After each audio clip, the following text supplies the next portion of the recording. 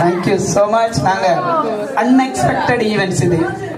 ஆனந்த ராகேஷுக்குள்ள எப்பவுமே இந்த மாதிரி சர்ப்ரைஸ் இருந்துகிட்டே இருக்கும். அது யாருக்குமே தெரியாது.